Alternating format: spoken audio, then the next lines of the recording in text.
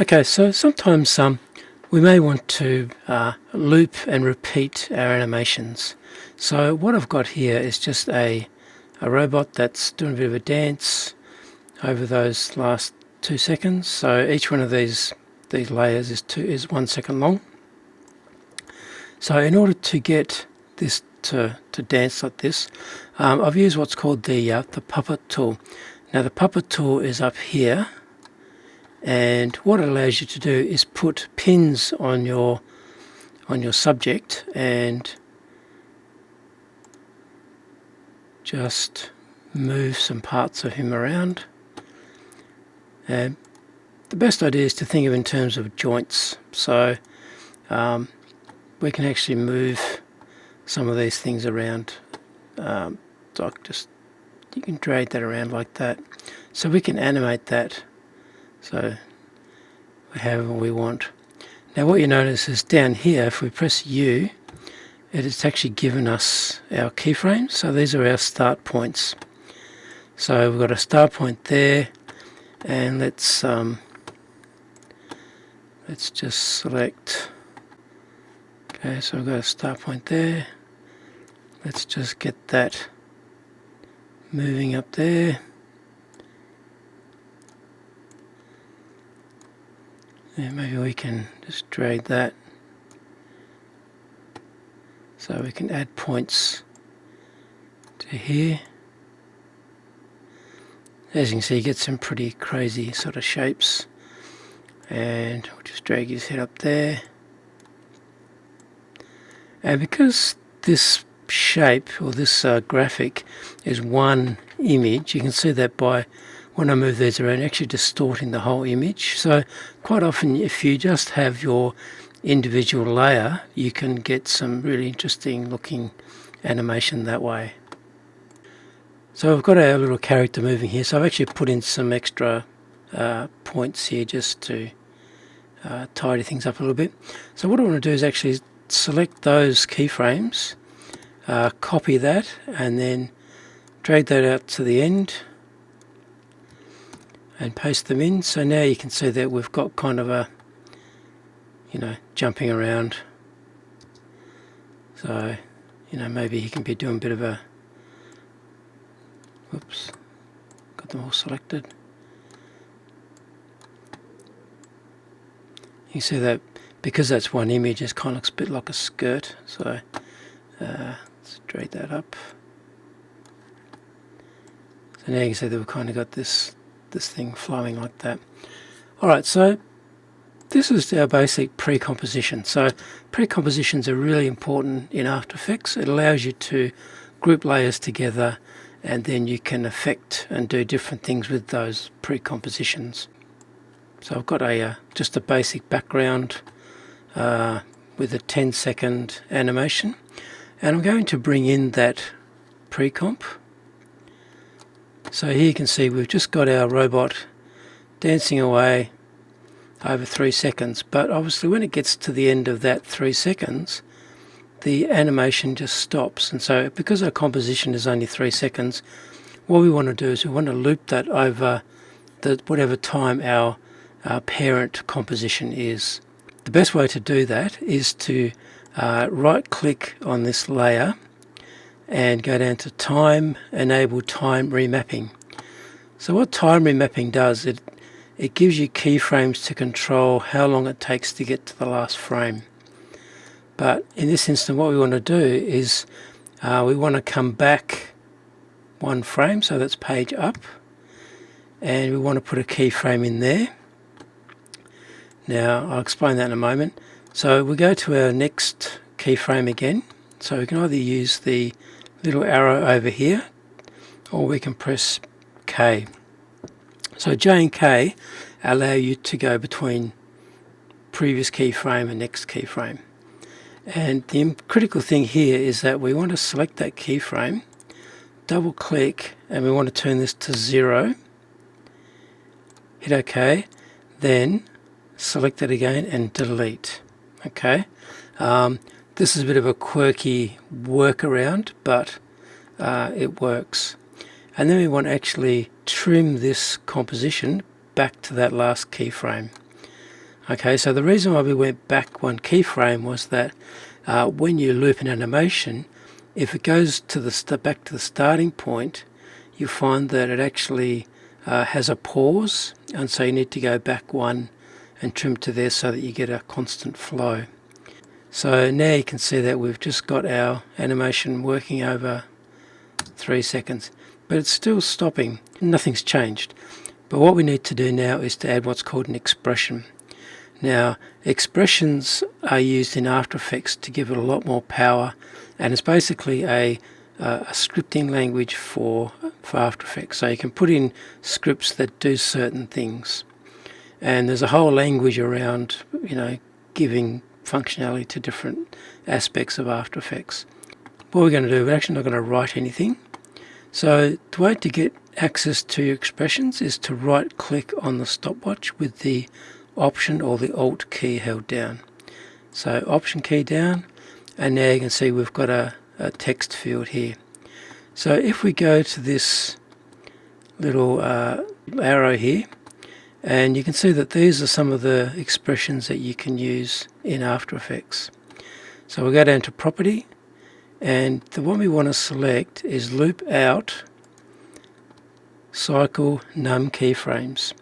Now, the Loop Out function allows you to control how your animation will loop. So with Cycle, what it's doing, it's just repeating that whole cycle of your animation.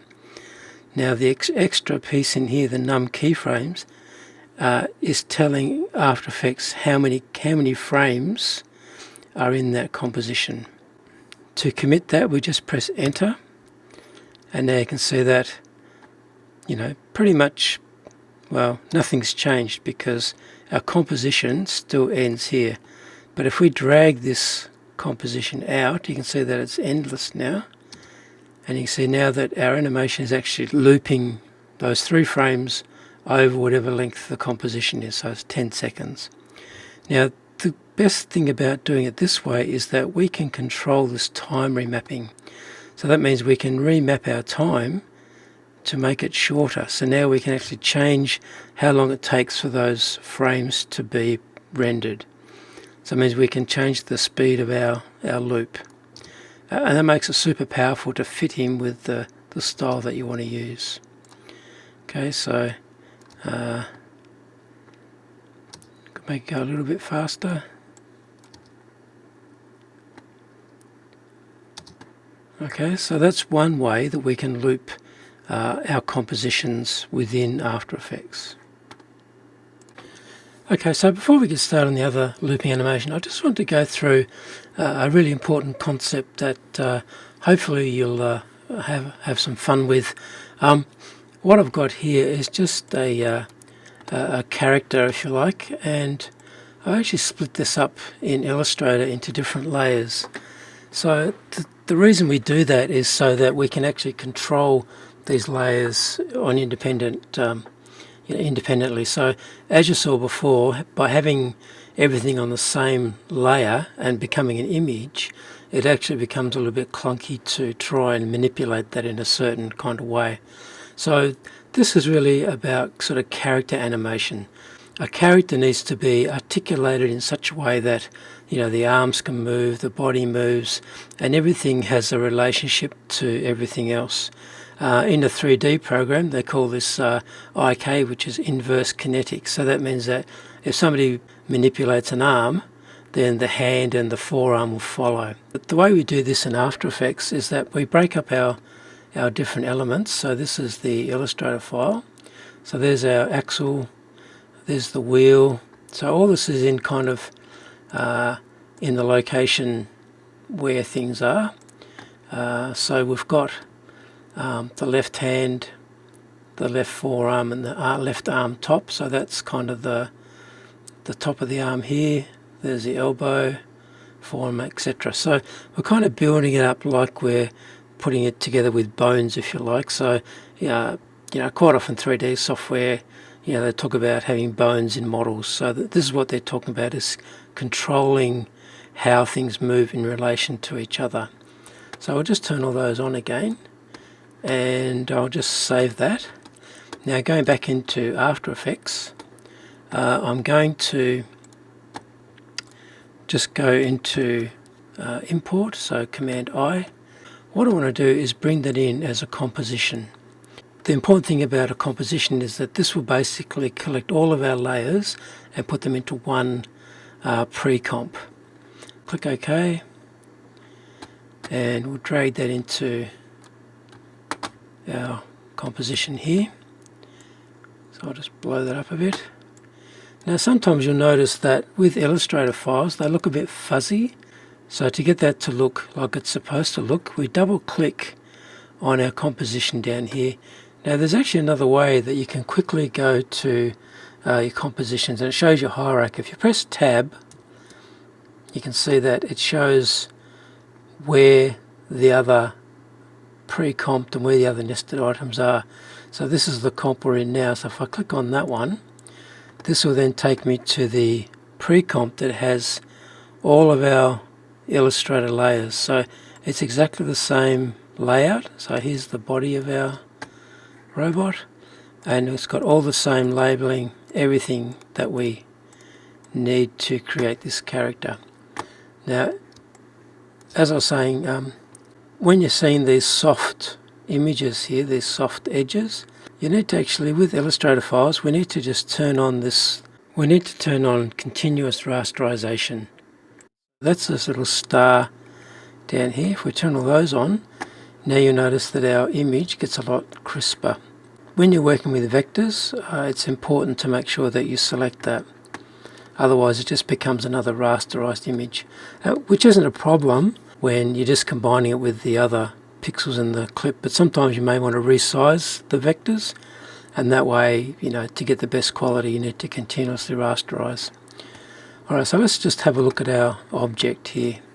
So obviously if we were to move our the body of the robot, you can see that it just moves on its own, so nothing's connected to it.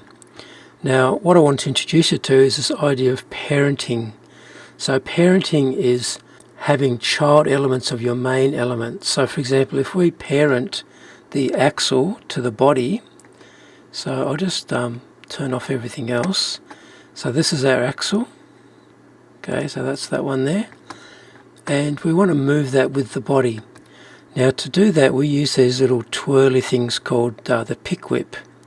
So what I want to do is I want to parent my axle to the body, like that. So what you'll see now is when I move this, you can see that it'll actually move them together. Now the thing to notice here is that because we're creating an articulated kind of a skeleton, our points of rotation and our points of scale need to be appropriate to where they're located. As you can see here, our anchor point is down here because this is the middle of the axle. This is the middle of that element. So if I was to rotate this, okay, you can see that it's rotating from there. Now if this was a wheel on the robot, we wouldn't want it to rotate from there. We'd want it to rotate from the center of this circle which is attached to here, because that's where the point of rotation will be. So to do that we use our pan behind tool and we just move that anchor point to there. So now when we rotate, it's actually rotating around that point. So this is really important when it comes to putting your skeleton together, if you like. We need to address the point of rotation. Okay, so we now have the wheel.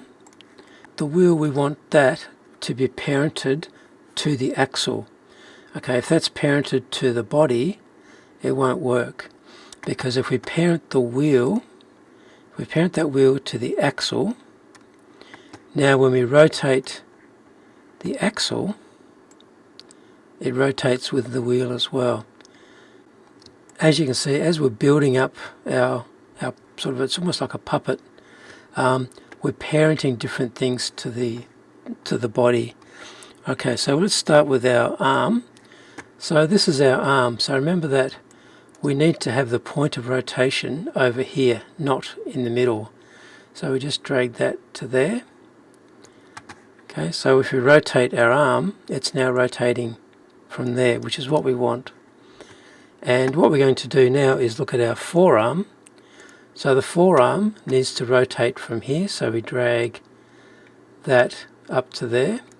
And we also need to parent our forearm to the top of the arm. So we go forearm, parent to top of the arm. So now when we rotate our top arm, or the shoulder, it's rotating the forearm as well. So likewise with the hand, left hand, once again we need to put our point of rotation there, and then we need to parent that to the forearm. Okay,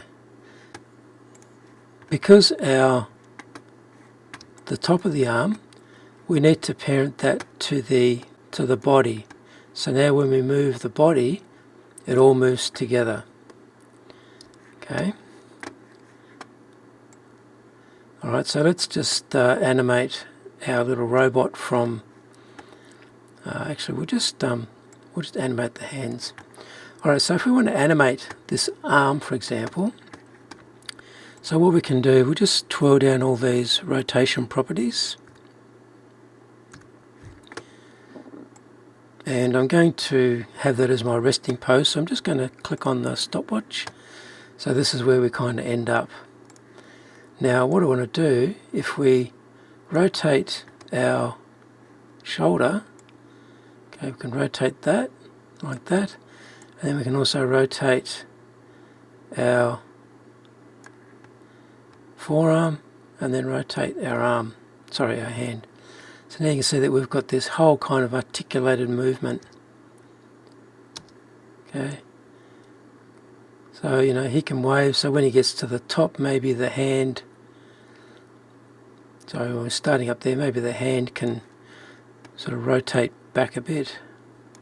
So now you can see that he's kind of waving and dragging that down. So this is how you build up stop motion puppets and things like that. So if we go back through, I'll keep the other arm the same. Now we want to parent our mouth. Now obviously we've moved our robot, so we can still drag that over. Now you notice that the other arm doesn't move with it. Okay, so let's drag that to there. And we're going to parent our mouth to our body. And we're going to parent the hand to the forearm to the arm, and then the arm to the body. So now that should move together. Okay, so if I do an animation from, let's go from this side over to this side. So now you can see that we've got him moving somewhat slower. So maybe when he gets here, we want to animate the other forearms. Okay, so let's rotate that. And now you can see what happens when you don't change those anchor points, so it looks kind of odd. So you see that it's not as good as when it's done correctly. So that's kind of just an introduction to how you can set up these puppets, if you like, to be articulated and to have sort of this more of a character-based animation. And so I hope that helped, and we'll move on from there.